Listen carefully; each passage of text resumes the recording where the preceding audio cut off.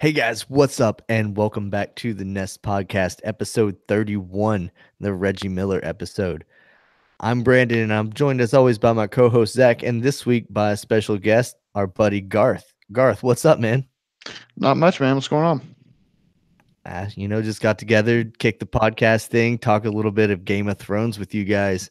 Of course, the trailer was just released from HBO, the official trailer, and it's got the internet a buzz, and I've watched it probably 4 or 5 times myself, and I like it. I think it's gonna be a great season, and I'm looking forward to everything that's going to happen. For sure. Yeah. What do we got? Like April something? April 14th, I think it was. Yeah, that sounds right.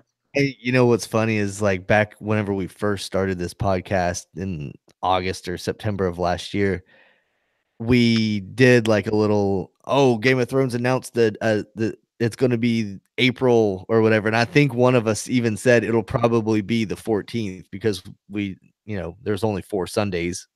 We took a guess at it, and I think one of us actually guessed it. So, yay us! We actually got something right. But April 14th is the official date that they announced, and I'm stoked. The only thing that sucks is it coincides with baseball season, and I'll have to miss some Sunday night baseball. But I'll sacrifice for 8 weeks. Yeah, your consolation prize is like the greatest TV show ever known. So I'd say you'll be okay. Dragons. Yeah. Dragons. I mean, you'll be fine. Yeah, no, I'm not worried about it or anything, but it is worth, mentioning that this is one of the greatest shows of all time, and it'll go down decades from now. It'll be referenced as, oh yeah, is it on par with The Sopranos, Game of Thrones, shows like that? Probably not. There every generation or so comes around a show that it's talked about for the next 20, 30 years, and Game of Thrones is that show right now. Right. I mean, I would put it up there with one of my favorite HBO shows, The Wire. Oh, that was a great one. Man, that was an awesome show. I mean, heck, I think it was first season. You saw Mahershala Ali, and man, he just won an Oscar. That's an awesome show. But I put Game of Thrones up there with it. I think it's, I mean, it's obviously different material. Did you ever see The Corner? No. It was a little mini series that HBO ran that inspired The Wire. That's what launched like the entire series after that. Nice. No, I'll have to check that out. Yeah, it's pretty good. If you've got HBO Go or whatever, you could probably find it on there. Yeah, it's awesome. If you like that kind of show, you'd dig it. But getting back to Thrones, what did you guys think about that trailer? Zach, if you want to go ahead and jump on it. Yeah, sure.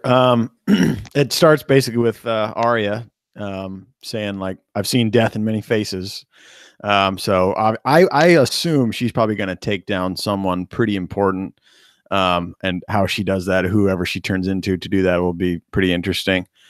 They kind of, as they should, kept some specific things, to your own imagination. Like they're obviously not going to give you all the details, which is smart, but it kind of just gets you excited. And they nailed that part of it for sure.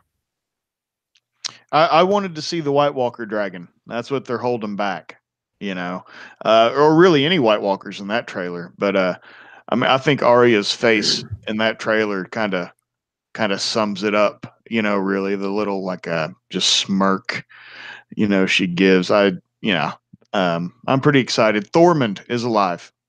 Tormund. Yeah, he's alive. So that's pretty sweet. I like him. I have a theory about him. I think he's gonna die very quickly in the first episode.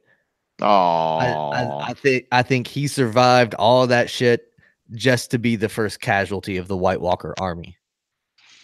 That's not a bad guess, because I would assume that they're gonna throw some craziness at you right off the bat. Right, so it's gonna set the tone for the rest of the series, and he's a favorite. Everybody loves him. he's gone pretty quickly in my estimation. Huh. I mean, A good thought. Yeah. I could definitely see it. Because it's Game of Thrones. They're going to kill somebody, and yeah, you're going to like them.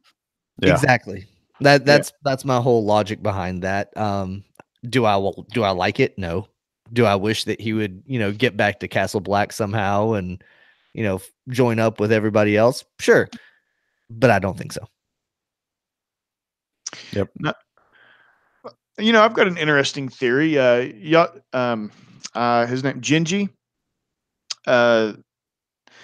It It's Baratheon's bastard son. Oh, Gendry? Gendry. Yeah, yeah. Um, I kind of think he might rise up because there's a theory, me and some friends were talking that he is Cersei's child because she mentions before that she lost a child during childbirth, and it could be that she ordered somebody to kill it and instead took it away, and that would be kind of the rightful heir if it's Robert Baratheon and Cersei's child. Whoa. And they both used a hammer in battle, right? That they both use the hammer because of the ties to Robert Baratheon. I don't think it has anything to do with Cersei. I think What? it's pretty plainly mentioned that it's Robert's bastard with a whore and stuff like that. Well, right, but I think it's an interesting thought that it could have been Cersei's with him, and she wanted it killed because it wasn't with Jaime. That's a valid point. I guess that's true. She doesn't have any kids with anyone other than Jaime. So No, they're all Aryan looking little bastards. yeah, and maybe that's like not necessarily her plan, but like it's by having kids with only Jaime, she's for sure keeping all the power in the Lannister, clan, and Baratheons have nothing to do with it. So that kind of makes sense. It'd be interesting because the way we got to this is I'm rewatching it, and Robert Baratheon was telling the story about the first person he'd killed, and it was a Tarly, and he talks about just crushing him with a hammer. Well, Gendry, I mean, that's his thing is the hammer, and he's Baratheon's bastard son. So, I don't know. I think it'd be an interesting twist because you've already got, I mean, what possibly, I mean, pretty much brothers and sisters in love. I don't think the ages match up.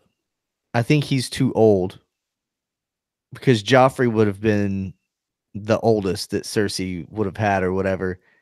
And she got pregnant relatively soon after marrying Baratheon, as far as I know. Assuming they didn't, scrog before they got married. Well, I mean, I'm pretty sure back then they had to make sure that they were able to be aware of the consummation process, things like that. Yeah, especially if you're like a king or someone who's Right. going to take the throne. Been betrothed a certain individual, you best bet that she better be with flour, so to speak. Yeah. So what's your favorite? What's your all's favorite conspiracy theory? Well, for me, I don't know if this is a conspiracy theory or if it's something that I came up with because I've read so many and I've kind of let them all blend together in my mind that pretty much I think that I think the Night King is ultimately going to sit on the Iron Throne. And he's going to do it along with his Ice Queen, which will be Daenerys. Will he like turn her into a White Walker? Right, like she'll die and then he'll resurrect her as an Ice Queen along with her 3 ice dragons. And the only thing that I'm really having trouble with in my mind piecing together is who's going to be the third rider for her. I don't see it being Jon Snow. I think that's the obvious. That's what they want everyone to think. George R. Martin's good about doing his twists and turns and taking you on a roller coaster ride with his character development and stuff. And I think that he's trying to force feed the Jon Snow and Daenerys alliance too much. Even though I know they're off books and everything at this point, but I just feel like they're trying to force that too much and that there's a swerve coming somewhere. Yeah, I honestly wouldn't be surprised if John gets killed like midway through the season or something, just to fucking really throw a wrench in the gears. Yeah, I wouldn't be surprised at all. Like he would die probably trying to defend Dany or whatever. Yeah, something like that. Um, One of the ice dragons, I guess you could call them, would take him out or something crazy. But I do also like the idea that Bran is the Night King and he's kind of a time traveler stuck in like a loop or whatever. I don't know if you guys have heard that. I think I remember soon after the last season ended, I remember reading something like that where like Bran is the Night King and he just doesn't know it yet or something weird. I didn't really read into it, but that's a crazy thought. He has some fucking powers that cannot be explained. Yeah, he's got some crazy shit going on. Like that kid that was with him that was teaching him how to warg and stuff like that was only scratching the surface of the weirdness that he was going to be able to experience. I honestly think that he's a time traveler and all the Brands throughout the history of the Stark family are one and the same. You know, like Bran the Builder and, you know, Bran the Warrior and all that stuff. I think they're all Brandon Stark, just at different points in his life. Even Nan early on, Garth, you probably just saw this if you've been watching it again. Nan, when she's reading Bran the stories after his fall, she says, "Oh, this is your favorite story," and he's like, "I don't like this story." He's like, "Oh, it must have been the other one." You all blend together in my mind. Yeah. Exactly. She said, "Oh, it must have been the other boy." Yeah. Oh wow. Yeah. The books go into a little more detail explaining her how old she is and how she's been in the Stark family for generations, and she's lived through like 3 or 4 Brandon Stark's lives. And so how she like blends their lives all together, but I think that's what spawned the theory of they're all just one person. Do you think she knows that? I don't know. She might just be an old crone and not realize it. How is she? Do they explain how she's lived this long? I mean, dude, there are dragons and Maester Aemon's like 197, and you know. Oh, really? I didn't know he was that old. It is what it is. No, I don't think he's really that old, but he's pretty fucking old. Just buy into it. We got dragons. No, I understand, but I would think that they try to keep some stuff in some kind of. That's the hang up Zach has with the show. Not the many-faced god, not any of that stuff. Just how is she that goddamn old? Mm-hmm. Dragons, I get it. Huh. You know, I'm thinking about, you know, the thought about the, you know, the White Walker King sitting on the Iron Throne. That'd be a killer final shot, you know. But I think it would just, I mean, it just fuck with everybody if it was Cersei. Yeah. Somehow. I don't know if the Night King has enough like character depth to really shock people. Like he hasn't said a word. We don't know shit about him unless like they explain a whole bunch of stuff or it turns out to be Bran or something crazy like that. If it's just how he is now.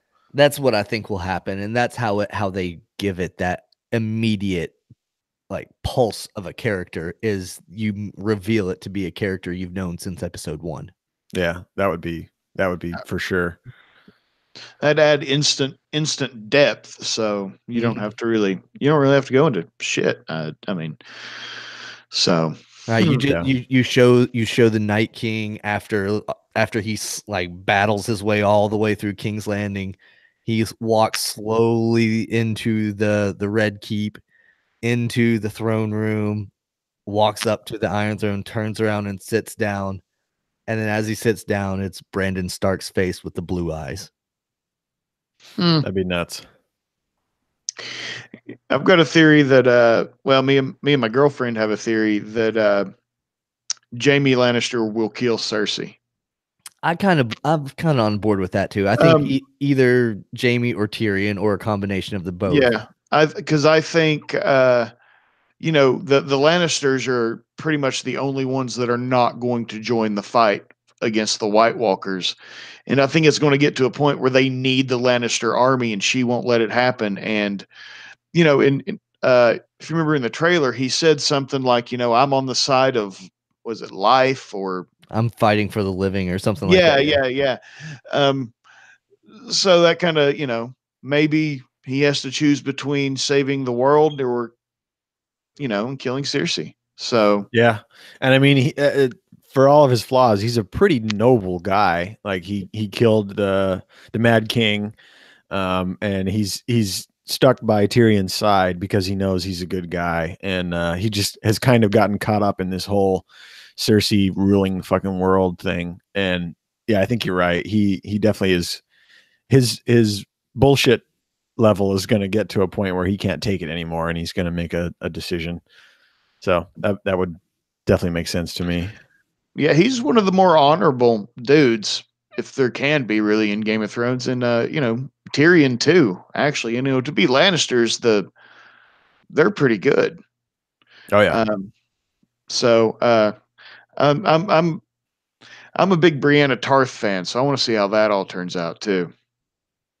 So that's why you're a big Giants Bane guy. You're cheering for them to hook up, make big ass babies together. Are you telling me? Look, I'm telling you, those two are. I'd call them breeders. They are breeders. I mean, if you bred them, they'd make quite the warrior clan. Yeah. Zach's a Cornhuskers fan in college football. That's their lineman right there. Yep. Yeah, no, I mean, and I don't think you could call, them consummating, it would be called breeding. I don't think you could call it anything else. They're huge people. They are very large people. It'd be very loud breeding too. I think so. Yeah. But yeah, no. So I'm rooting for old Tormund, man. I think I hope you're wrong. I hope you're wrong. Yeah, I do too, but I honestly believe that he's going to be the first casualty, and that's going to make everyone be like, motherfuck. I hope it's Jon Snow. I mean, that would be a shocker too. Imagine if Jon Snow was killed off and he becomes the third rider in my scenario. Is there any possibility that Arya would like change her face to somebody and take the throne somehow? I think Arya changes her face to Littlefinger to go down to King's Landing and try to sneak up on Cersei, and that gets her killed. Gets Arya killed? Yep. I think somebody thinking they're killing Littlefinger will kill Arya. That's not a bad theory. Because the only people that know Littlefinger is dead are the North. The South doesn't know he's dead yet. Mm-hmm. And from what Peter Dinklage and I think some other actors have said on like Twitter and stuff, this season is fucking like just no holds barred. So I think a ton of main characters are going to be killed off, and it won't be rare to see that. Yeah, I'm thinking the same thing. I think we're going to see the end of everyone's stories, and stories like this, the end is death. I think the majority of the people will die. What is it Cersei says at one point? You play the Game of Thrones and you die? Or you die? Or something like that. I forget the exact quote, but something about Game of Thrones and dying. Yep. Well, and I mean, winter could last what? It lasted over up to 1,000 years before. So it's at least, the one before I believe they said was 3 years. So it's at least going to be a long ass winter. So, who knows, how far into the season you think they'll go? Think it'll do a whole winter? That's another good question I was going to bring up. How long of a time span is this last season going to be, you think? I don't know. It seems like it would be a relatively short time, because I don't see that the White Walker army taking long to decimate a lot of people. So it's going to move pretty quickly. So you're not giving anybody any chance. Not much of one, no. I mean, they'll put up a good fight here and there, killing off the little minor guys, but every human that dies can be resurrected as a walker. Right. It's essentially every death is a net gain of 2. Right. Pretty much. You know, like the odds are ever in their favor. It's like, yeah, in basketball, you can figure it's like you can only shoot 2-pointers, but they always shoot 3-pointers. Kind of, in a way. Yeah. It's you're SOL, man. Yep. Yep. One step forward, 2 step back. I mean, not to mention, like, if they get the dragons, if he's able to knock down another dragon and have 2/3 of the dragons in the world, bro, you're fucked. Yeah. Yep. Do you think it'll shoot? It'll shoot what, ice? I think didn't they show? It showed at the end of chapter 7. It was like where it blue was fire. melting the wall. Yeah. Yeah. The wall with its blue icy fire or whatever. So yeah, is it cold? Is it hot? Is it plasma? What are we talking? I mean, it melted the wall, so good enough. Yes. Yeah. Yes. It's efficient. But I'll take that. Yeah. It's definitely not like ice. It's definitely like some kind of blue flame. It's not like a solid thing. I don't think. Maybe it's like a regular dragon, like a match. The ice dragon's more like a acetylene, propane. Could be. You never know. Just a welder's torch. Yeah. That's what it seems like. Anyway, Zach, what's your end game? What do you think is happening? I think it's going to be something that no one saw coming and no one can predict. Though our predictions are good ones. You're starting to sound like the predictions of Jesus coming back and shit. No one will know the time or day, bro. No one. Yeah. Because I mean, like, if you look at all the stuff, and granted, like you said, they're not following in the books, so I don't know if the writers of the show are going to be able to continue on the story as Martin would have, but regardless, they're going to do something pretty out there. I kind of thought Arya might have a chance just because she's kind of like a main character, obviously, but not like the one that everyone expects to get it. But that little scenario that you put was a good one. So I have no fucking clue. Well, in what scenario do you think Arya sits on the throne? I would be interesting to see how you think she manipulates her way to the top. I don't know. It just something about her, like her face swapping thing, makes me think that she can somehow find a way to face swap with whoever is at the throne, and then she'll just somehow become that. But doesn't she have to like kill the person that she face swaps with? Yeah, she needs the body, so Baelish makes sense. Yeah. Yeah, I could, I could see that.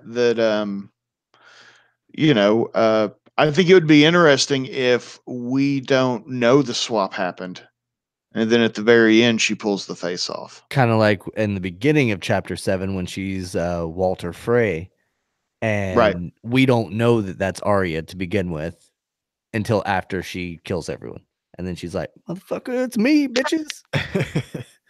Yep, that was quite the revenge scene. That was great. That was such a good way to kick off the season, and I think that's what they'll do with season 8 with the killing of Tormund Giantsbane. Boom, shock factor right away. One of your favorites, Dunskies. You heard it here first. No breeders for you. I'll tell you what, Brienne and Tormund, if they take it, that's going to be a good kingdom. A lot of healthy kids running around. What's the dude that Jamie owes a castle? Who's that guy? Bronn, the sellsword. Yeah. You think he's gonna get his castle? I think he already has, hasn't he? Oh, has he? I think they delivered on one promise to give him a castle. I know he's a lord now, so it makes sense that he has a manor. That makes Yeah, sense. I think he's got a place. But no, he's a great character. He is, yeah. He's Team Cersei though. He's on the Lannister squad. He's about the only one on that side that I tolerate. You don't think he would jump ship when the time is right? Not with Jamie. You don't think? I think so. Yeah, I think if Jamie says "fuck this," we're taking her out, and Jamie left. Jamie's gone. He left at the end of season 7. Bronn was still there. he can always come back, right? Nah, They got horses and boats, yeah, dragons. Bronn's gonna stay where the money is. Whoever's paying, he doesn't fight for free. He's a sellsword. The Lannisters pay. Well, right, but if he foresees that, you know, on one side there's a very limited potential for future work, and on the other side, if he helps, save humanity, then yeah, maybe he can keep working and making money. I mean, maybe the Lannisters are the job that he wants to do until the day he dies. And maybe he will soon into the season. But they also have the Gold Company on their way with their armies and stuff like that. And then don't forget the Greyjoys. The Greyjoys are in that alliance as well. So they've got some fighting force down there in King's Landing. Yeah. I think Bronn might be a character that would die pretty quickly. I could see it. I mean, there are going to be so many battles. I think they said episode 3 is when the biggest battle of all time is going to take place. They announced the run times for the episodes, and like the first 2 are an hour apiece, and then the last 6, I guess, are 80 minutes apiece. And Nice. episode 3 apparently is just a huge battle. And that's another thing. Speaking of how Game of Thrones is such a great show, that's one of the things that allows it to be so great is every episode is damn near movie length. So you get so much stuff packed into each episode. It's not just a 30-minute thing with 5 commercial breaks, Yeah, it's incredible. I'm definitely looking forward to being able to kind of review and recap as the season airs this year. That's going to be pretty awesome. And I think we've assembled a pretty good panel of guests that will be coming in between now and when the show's finally over to talk about it with us. So that's going to be fun too, to just shoot the shit and talk about it. Garth will be back a few times, and we got a bunch of other guys that are going to be coming on too. We should, after each episode, definitely make some bold predictions. Yeah, that's I'm down for that. What's going to happen next episode? Yeah, I'm down for that. And we'll see if anybody gets their shit right. And I mean, my end game theory seems like it evolves every day. Something new somebody says will make me be like, oh yeah, that's true. That could happen. Wow, that changes this. Yeah. And the more you and as you rewatch it, it seems like you get more from it because you're already familiar with the characters, and then you're like, oh yeah, I forgot they know this person, and this is the subtleties that are their character development that you missed before that tells you so much about them later on. Yeah, because sometimes you don't know if a character is going to be around for an episode or 4 seasons. Right. So sometimes it's is this guy worth getting to know? Should I pay attention to this guy or just right? Ignore him? Yeah. So sometimes you just kind of ignore somebody for a couple episodes, and hell, that could have been important. You missed who that dude's daddy was. Yep. And hell, that could change everything. How do you guys feel about Sam? It's a good question. I don't know. I don't know if he's gonna play any kind of specific role. Do we know if they ever found Dragon Glass? I know that was like his last mission that he was working on at the end of the last season. Yeah, they found a shit ton of it, right? Yeah. They found the cache at what, Dragonstone? Yeah. where Danny was. That's how Danny and John got their alliance going. Okay. Nice. They needed the dragon glass. But yeah, I think Sam is. I mean, I don't know. It's a safe bet to say this. He's either going to die horrendously, or he's going to. I think he's going to save the day. You know, kind of like the unwitting hero almost. I think he's going to become a wizard. Do they have wizards in the show? Maesters, maybe. He's already one, isn't he? I'm glad you said Maester, because there was a conversation that he had with Maester Aemon when he was first becoming an apprentice, where he asked about wizards, and Master Aemon laughed at him, and he said that that wizards and magic died off in the world when the dragons died. Well, the dragons are fucking back, so why can't he be a wizard? Valid point. That'd be a badass. But would he be a wizard or a mage? If humanity has any hope, I think it's with Sam. That would be pretty sweet to have him, like, I don't know, whether it'd be like some kind of staff or if he would just be able to do magic out of his hands. That'd be pretty fucking dope. Yeah, I don't know how he would pull off doing magic or whatever. I don't know if he's gonna shoot fireballs like Ryu or anything, but Hadouken. No, I see him. I see him like now, like this Friar Tuck looking motherfucker with this big staff, you know, just taking on a dragon. Yeah. See, and if humanity wins, it's because of Sam, I think, and it's because he stole some book from the Citadel that has like magic in it, and he learns it.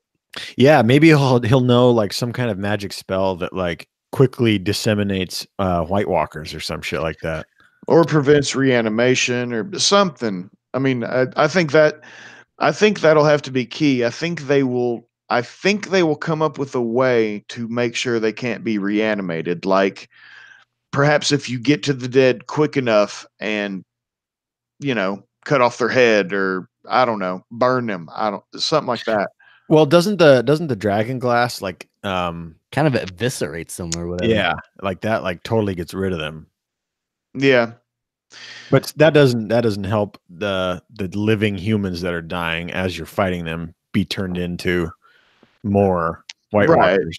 I mean, you're going to have, you know, have, I guess, what you say, boots on the ground, or something. And can you outfit them all with dragon glass? I don't know. Right, you can't sit there and just keep your archers launching at them all day. Eventually, they're going to get to you. Yeah, I mean, I'd give them to the best warriors, you know, the Unsullied, of course. But Grey Worm's going to die for sure. I know. Yeah, he has to. He's going to be on the front lines. Poor guy. He's going to die. I mean, I don't know. I mean, he just came back from death. You know. You know, he was in a bad way. So you're such an optimist for this show. You want everyone to live. I do. Yeah. I do. I think he's way too minor of a character for him to stick around.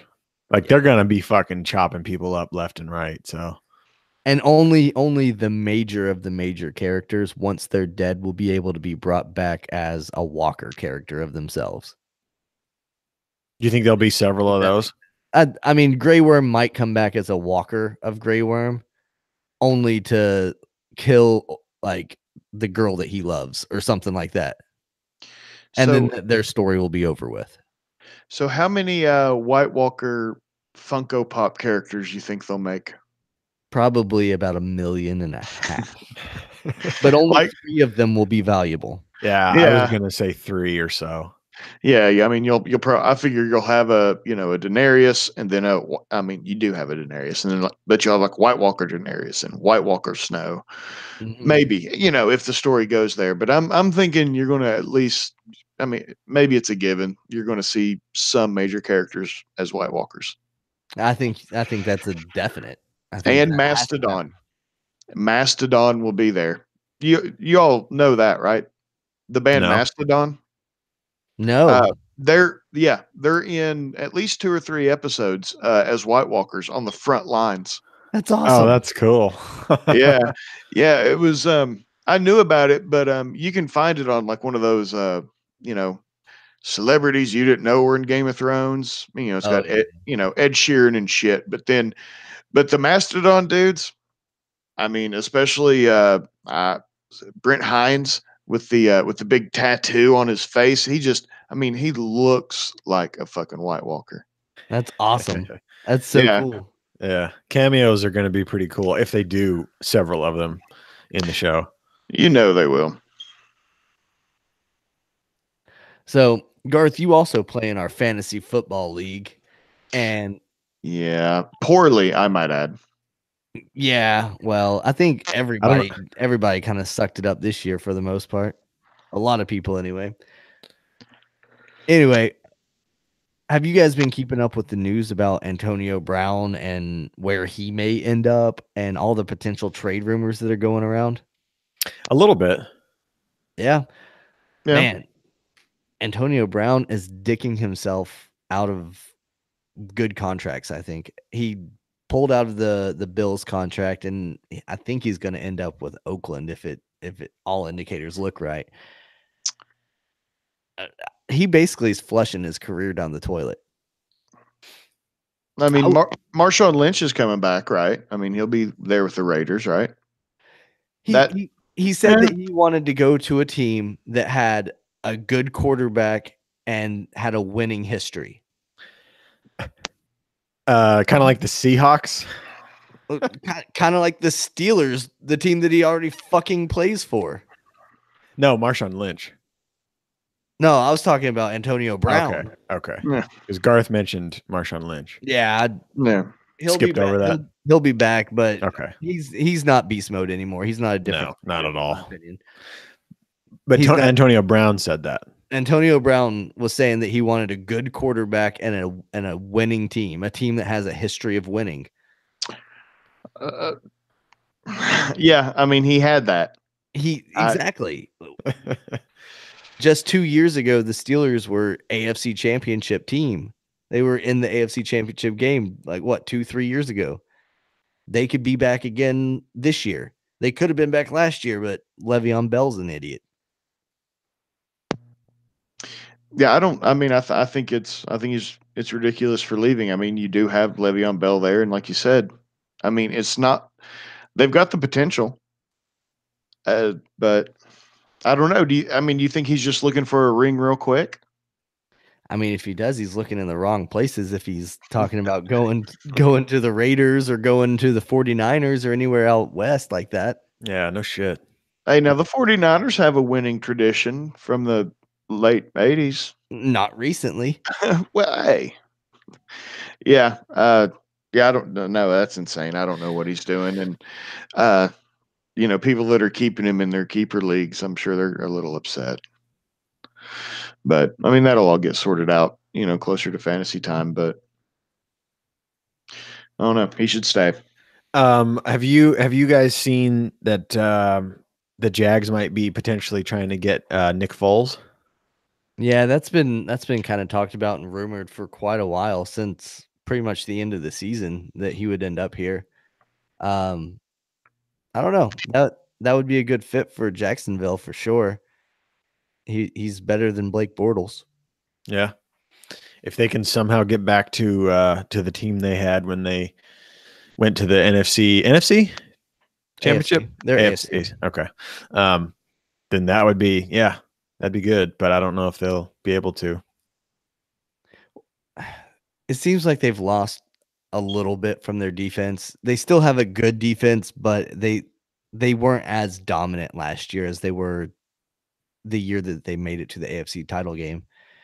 I don't know, man. I think that window's closed a little too much, a little too late. They wasted their shot on Blake Bortles by extending his contract instead of getting a better quarterback when he was after that AFC Championship game, because after that is how he got his extension. So yeah, and I think now that Fournette has an injury that lingered last year, we all know how short a lifespan of a running back is. He may never be the same guy. He was injury prone at LSU. Oh yeah, yeah. No, Fournette I won't draft him again. No, I had issues with him before. So no, I give him 2 more years. That's about fair. He's soft. He'll get broken again and he'll hang it up. He's made his millions. Yeah. Now I'll tell you something that's big news. Where I'm at here, Johnson City, Elizabethton, Tennessee. Witten signing back up with the Cowboys for 16th season. Yeah. What do you think about that? You know, I mean, it can't hurt the team. I'll say that. But more power to him. He's actually done really good stuff back home. He's done a lot of stuff for the boys club in Elizabethton. He just donates a lot of money. He has a yearly football camp for all the local kids. It's free, and he'll bring. He brought Tony Romo one year. I think he brought Des Bryant. So, yeah. Anything that keeps him active in football, I'm all for. I think he's a better tight end than an announcer, but that's okay. I was going to say, how much do you think his failures as an announcer led to him wanting to go back to play football? I mean, I don't think he was that horrible. I'm biased. He's not as charismatic as most, but And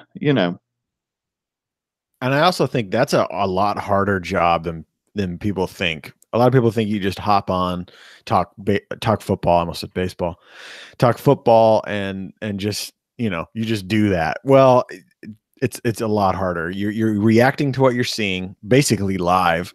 You're on TV and millions of people are watching you, so I'm sure nerves get to you, and it takes a certain person. Like there's that kind of person that's good at that, and obviously Tony Romo has shown that he's good at that. But I don't think I think I agree with you. Like he's not as bad as everyone's coming out and saying he is. He might not be the greatest announcer ever, but I think he has an insight that people like to hear from. A good player, a player that's put in a lot of time and has a name for himself. When they come on and talk about what they see from their point of view, that's good to have on a announcing team. Yeah, I think somebody that's been in the game that long, their football IQ is through the charts. Especially at somebody his level of success. But if you're going to be an announcer, you've been successful. But yeah, I think he adds something, but like I said, he's not as charismatic. I can still hear a little bit of that Tennessee accent too. But he would have been fine on a Sunday afternoon 1:00 game.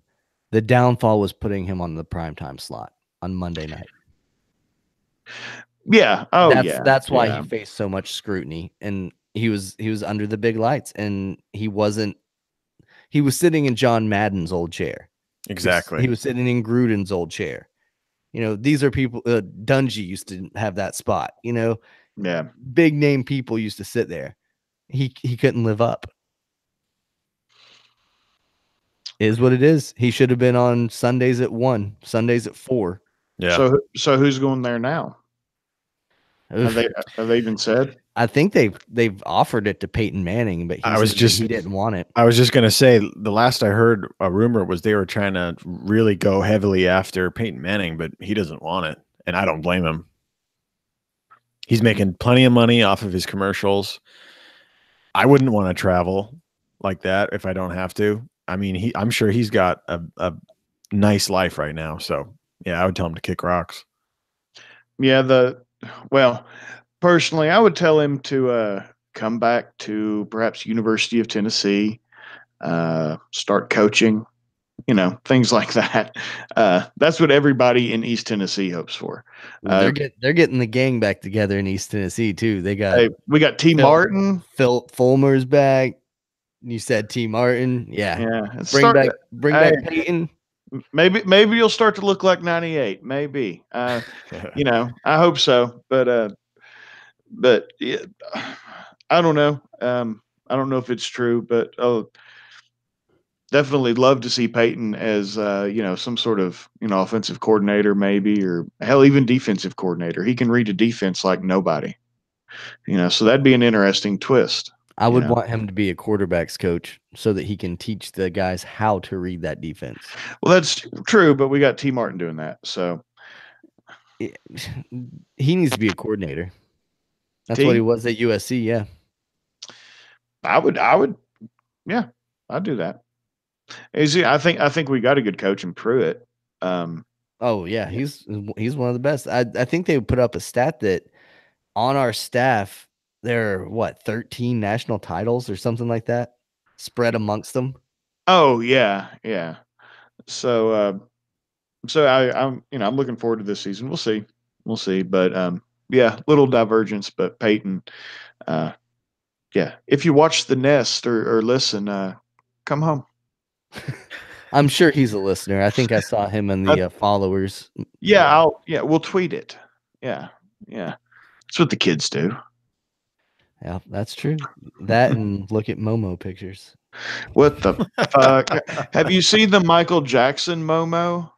No. I can imagine it in my head already though. Yeah, right. No, it's in full the full military regalia. With the black and the gold chains across the breast. That whole look, but it's just, oh God, it's gross. Yeah, y'all should definitely look up Michael Jackson Momo. I kind of want to see the Thriller Momo.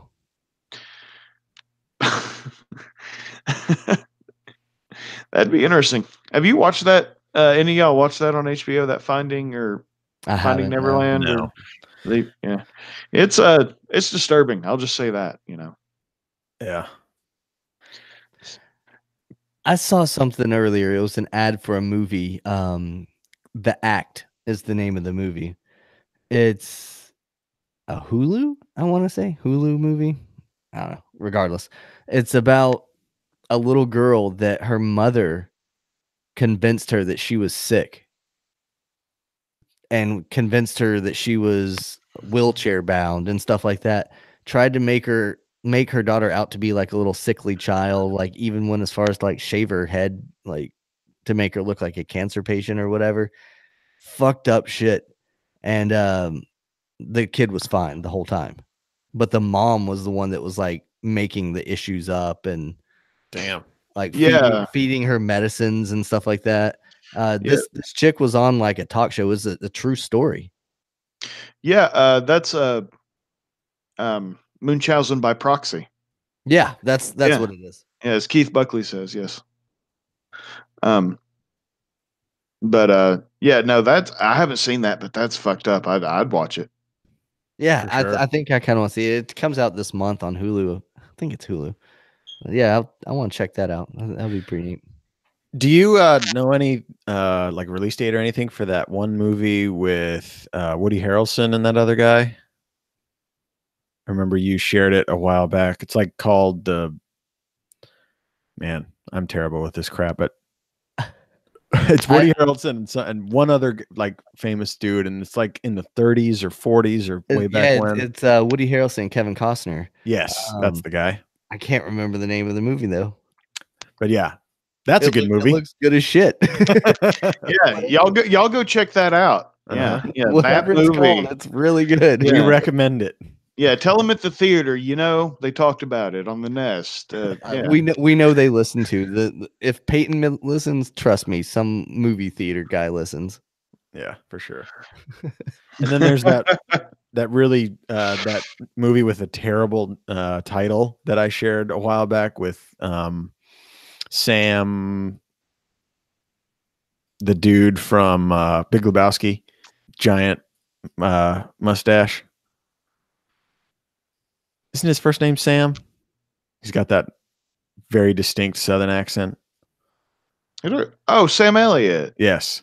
Yeah. He's got like a very Texas kind of drawl. Yeah. He's in some movie that had a retarded title, but it looked really interesting, kind of like a thriller chase type movie.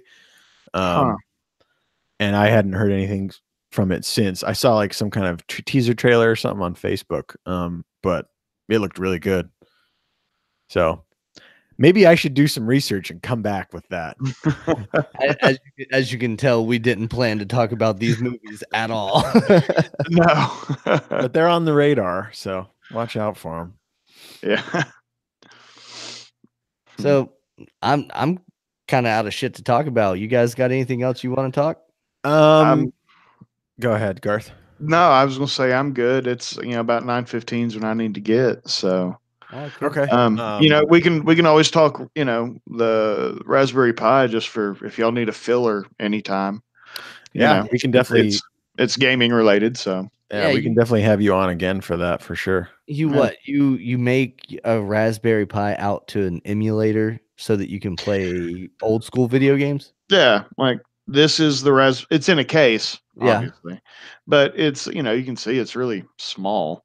They're miniature computers. That's all they are. Google just made one. I can't remember what they call it. It's a Google AI thing. But no, man, it's pretty simple. It's got 4 USB ports, an Ethernet port, Wi-Fi, Bluetooth, and its hard drive is just a little slot in the back here. You put a micro SD. Damn. And so how does it, I don't know if you said it already, but how does it connect to like a TV or a computer monitor for you to play the games? Yeah, I've got an HDMI out. Okay, perfect. Yeah, and power source and all that. But yeah, no, I just plug it in direct to my TV and boot it up, and it's a retro gaming system. So it's pretty sweet. That's really awesome.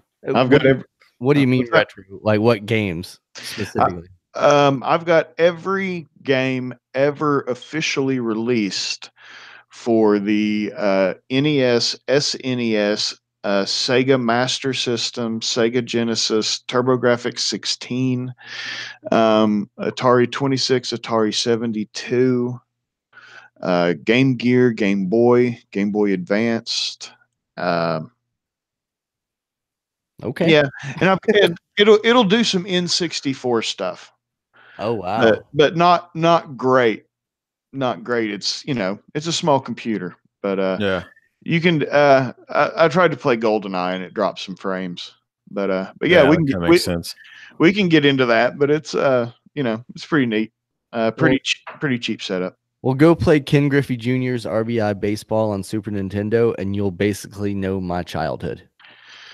Yeah. Bases loaded for me, dude. But no, yeah, we can save that for another time talking about all the old games. It'll be fun. Cool. Are you a UFC fan at all? I was back in the glory days. Yeah, back Chuck, Tito, GSP, Silva the first time before he fucked up. But no, I guess not since I had a kid. Okay. So you just lost interest or other things took precedence in your life? Yeah. Time. I don't have any friends either. So there's that. So no, I don't know. Gotcha. Not opposed to it. I guess it's just something I haven't watched in a while. Yeah, I understand that. So it's all I can do to keep up with football. Well, Zach, I know you're a UFC fan, and we didn't even talk about UFC 235 at all. Yeah, I was going to say if you want to, we can touch on the results of 235. Funny, I paid for it on Sling. Somebody got into my account. I didn't watch it though. Oh, that's fucked up. Fucked up. Tell me about it. So I hope it was good. No, it was. It was very good. Yeah. I mean, if you want to hang on the line, you can listen to us describe it. I don't know if it's worth $60, but we'll describe it for you. No. Y'all have fun with that. I'll go put the kid to bed, man.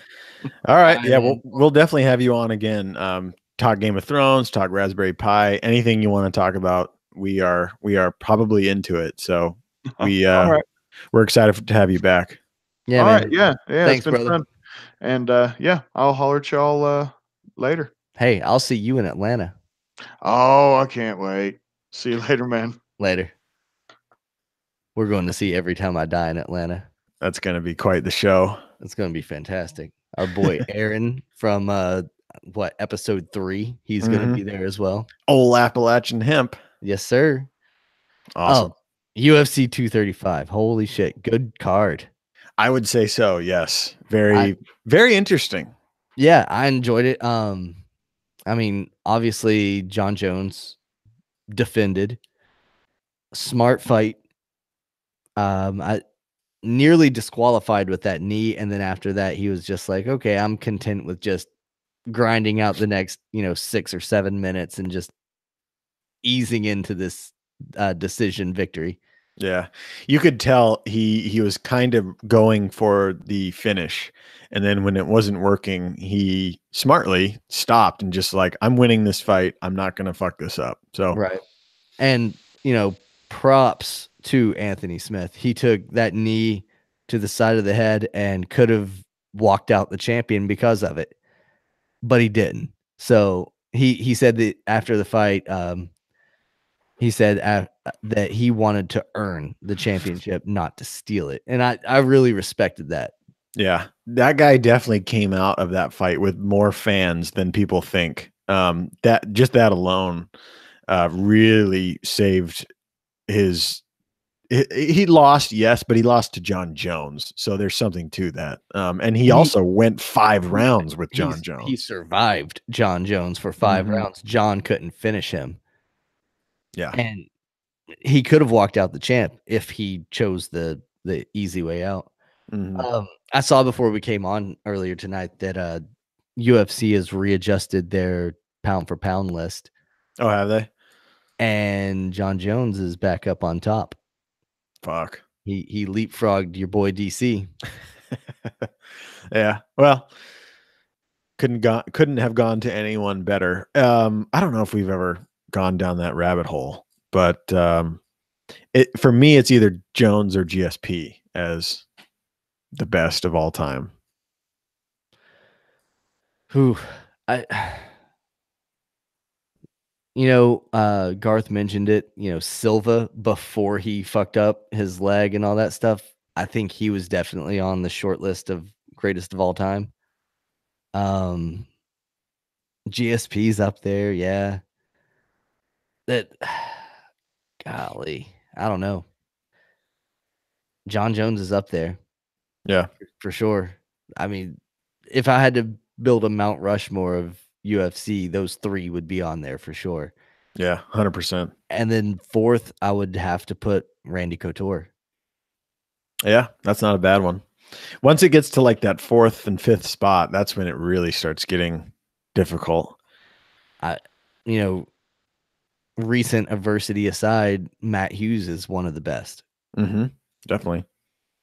So I don't know. Maybe we'll go down that rabbit hole one day whenever. Yeah, we still have about it, and we still have several fights on 235 that we haven't covered. I mentioned the top 10 list to mention Usman. Yes, he launched himself up that list. I think he's up to a tie for 7th now, when he was previously not even on the top 10. Yeah, he was previously not really known very well. Much less. He is fucking known now. That was the biggest surprise. I knew he would be, a stout opponent for Woodley, but just to come out and utterly dominate Tyron Woodley was something else, man. Woodley looked like he was almost scared or reluctant to fight. He was content with just holding on and doing enough to not let Usman just destroy him and further make his nightmare a reality. It was the weirdest thing ever. It's like I don't know if he wasn't like in the best of shape, or he had a bad camp, or I don't know what it was, but it was like he wasn't fucking there or something. He said that he had no excuses. He was healthy going in. He just got beat. Crazy. I don't get it. Crazy when you beat a guy like that in that way. It's just that was pure dominance. I mean, Rogan said Usman had 2 10-8 rounds. Jesus. Like that's a John Jones stat. Like that's the type of thing that you only see from like the greats. I don't know. That was crazy. The only fight of the night that I really was disappointed with was the Ben Askren debut fight against Robbie Lawler. Yeah. Immediately in that fight, Robbie Lawler landed some bombs. Don't sleep on Robbie Lawler, man. He is still a fucking killer. He is a fucking murderer. And Ben Askren learned very quickly that dude can hit hard. Yeah. I remember hearing either you or what is it, Pedro that was over? Yeah. I think one of you said, "Welcome to the UFC." It was me for sure. I was like, "Oh my god, this guy!" I thought it was over.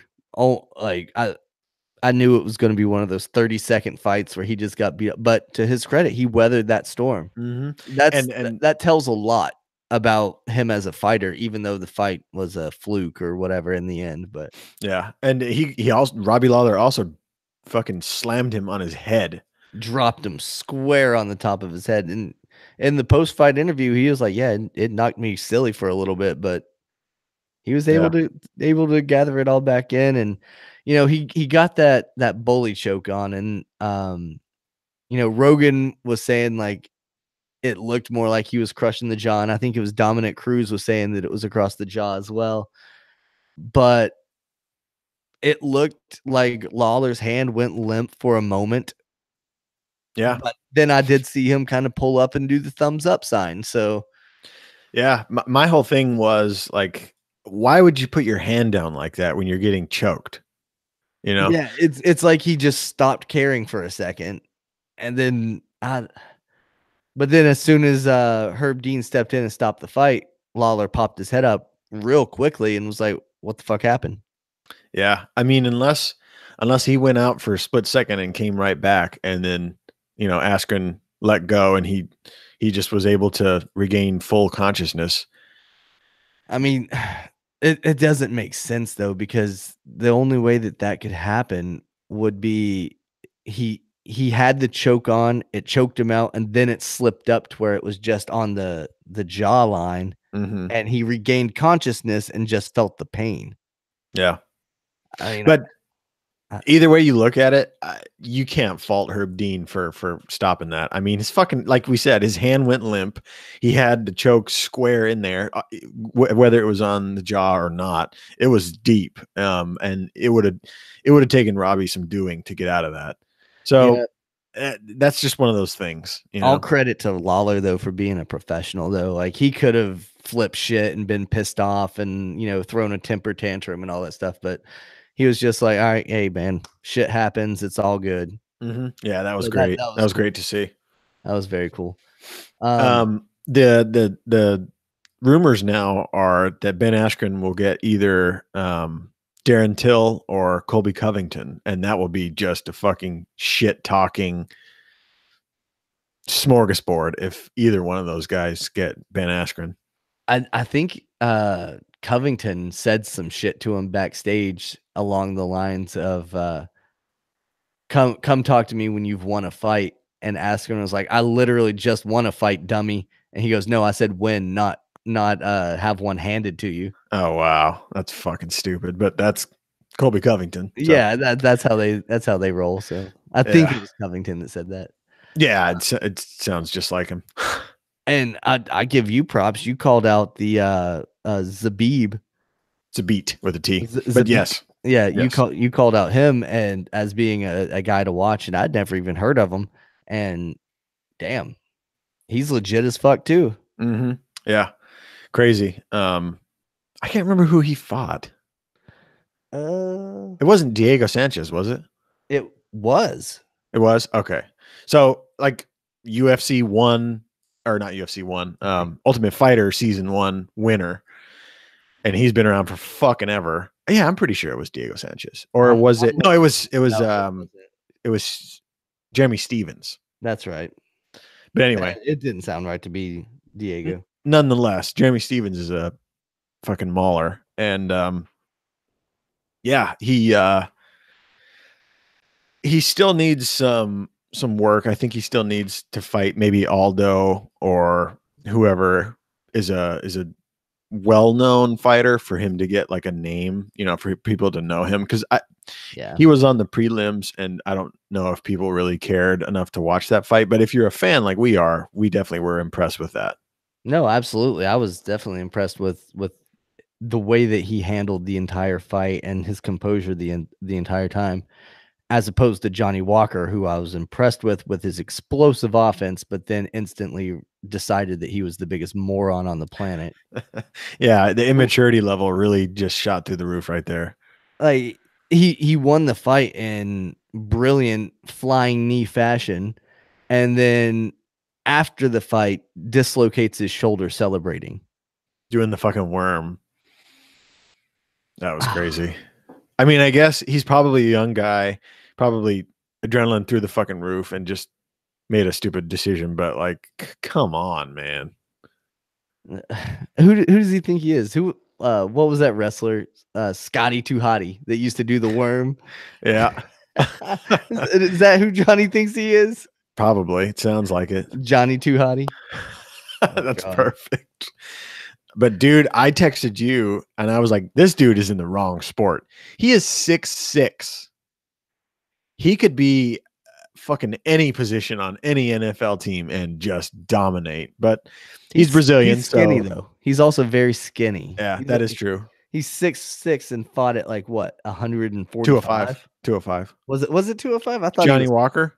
Yeah, I thought he was a lot smaller than that. No, yeah, it was at 205. He fought some like Swedish Scandinavian guy or whatever. It's the beat that fights at 145. Yes.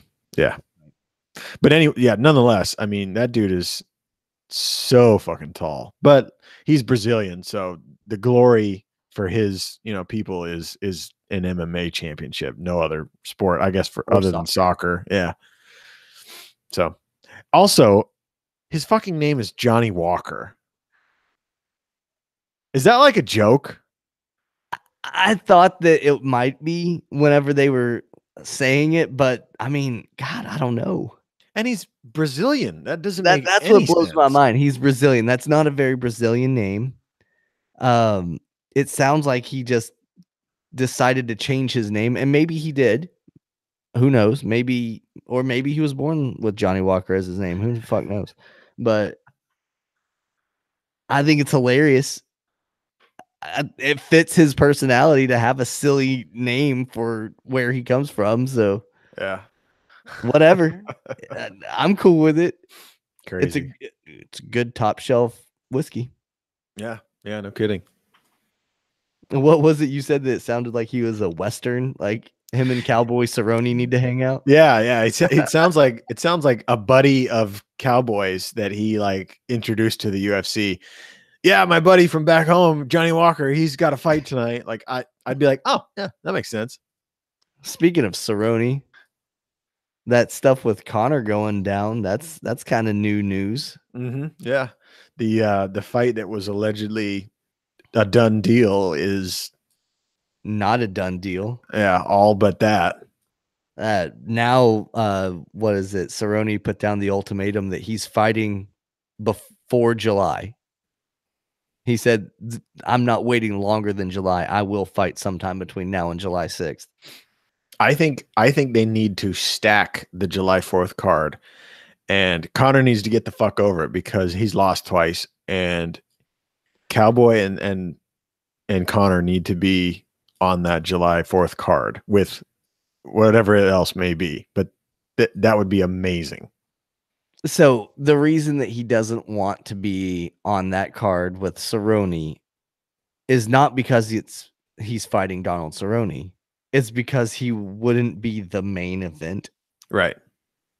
That's what I thought that I was reading. Yeah.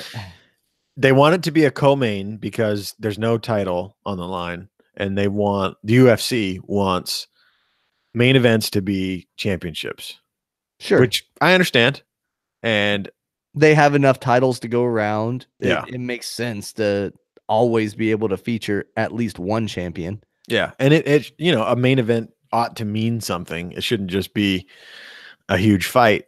But then again, the second time Nate and Conor fought, that wasn't for a title, and it was a main event. Yeah, and it was a main event, and it was a giant fight. Mm-hmm. So, And I think that's Connor's point is they've set a precedence of giving him main event status with or without a title. Yeah. And he also has all of the cards. I mean, when that motherfucker is selling out weigh-ins and selling out press conferences and, you know, making millions of dollars in an exhibition fight with Mayweather and shit like that, like he's calling all the shots and Dana bows down to him. Yeah, 100%. So it'll end up being the Conor and Khabib rematch in October. Probably. Yeah. It's like you said, it's whatever Conor wants. If he never fights again, he'll be fine. And the UFC would be the loser in that. So if he wants something, they better give it to him because I don't think he'll fight otherwise. But I understand the UFC's point of view. He ought to have to earn some kind of way back because he has lost. But he's still Conor, and he's a giant draw, and he's a mega star. He's making money on his own now, so it's up to him at this point. Yeah, absolutely. Anyway, I'm done. We'll get to some baseball talk next week, guys. We're gonna give you our top 5 list of position players and pitchers next week and kind of give you a baseball heavy episode and continue getting the gears rolling for Game of Thrones. I hope they release some more content soon. That'd be badass. Yeah, that'd be sweet. Yeah. We're definitely going to do, like a recap of each episode. And like you said, we're going to have a panel of people to talk about it with. So that should be really fun. Also, can't forget about our little giveaway that we're doing with the team hat of your choice. Can't go wrong with that. Like, free hat. It's yours. And all you have to do is just go and leave a review on iTunes. Just listen to the show, leave a review, say a few things here and there, blah, blah, blah. Hit submit. You're entered into the drawing to win a free hat. Whatever team you want. Pretty good deal. Doesn't get any better than that. I'm going to review just so I can be in the drawing. Well, that's it for me. If you're all ready to go. Yeah, let's get out of here. See ya.